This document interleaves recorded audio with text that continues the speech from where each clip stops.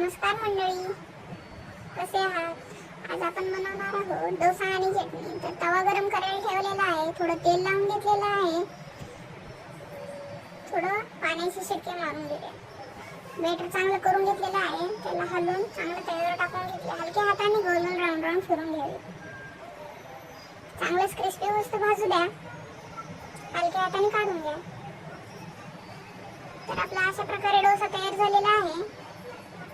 तर आपण बघू शकता किती क्रिस्पी छान झालेला आहे. तर आपण आता चटणीसाठी बघूया काय काय साहित्य घेतलेले आहे ते.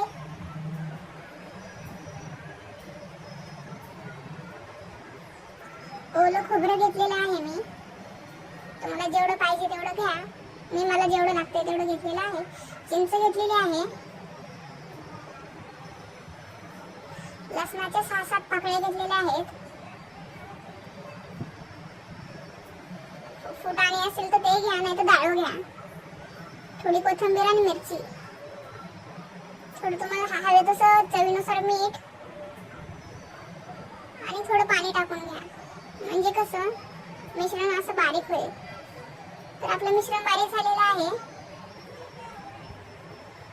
आता चटणीला थोडी फोडणी घालूया. मी एका वाटीत काढून घेतलेलं आहे.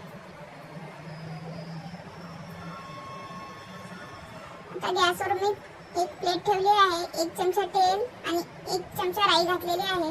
त्याला चांगली तडकू द्यायची. म्हणजे कसा खमंग वास येऊस्तर घ्या. आपली राई तडकलेली आहे. आपण चटणीमध्ये टाकून घेऊया.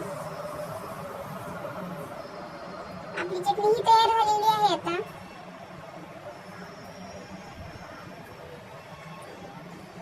बघा रेसिपी कशी वाटली आहे. असेच नवनवीन व्हिडिओ पाहण्यासाठी व्हिडिओला लाईक, शेअर आणि सबस्क्राईब करायला विसरू नका. थँक्यू.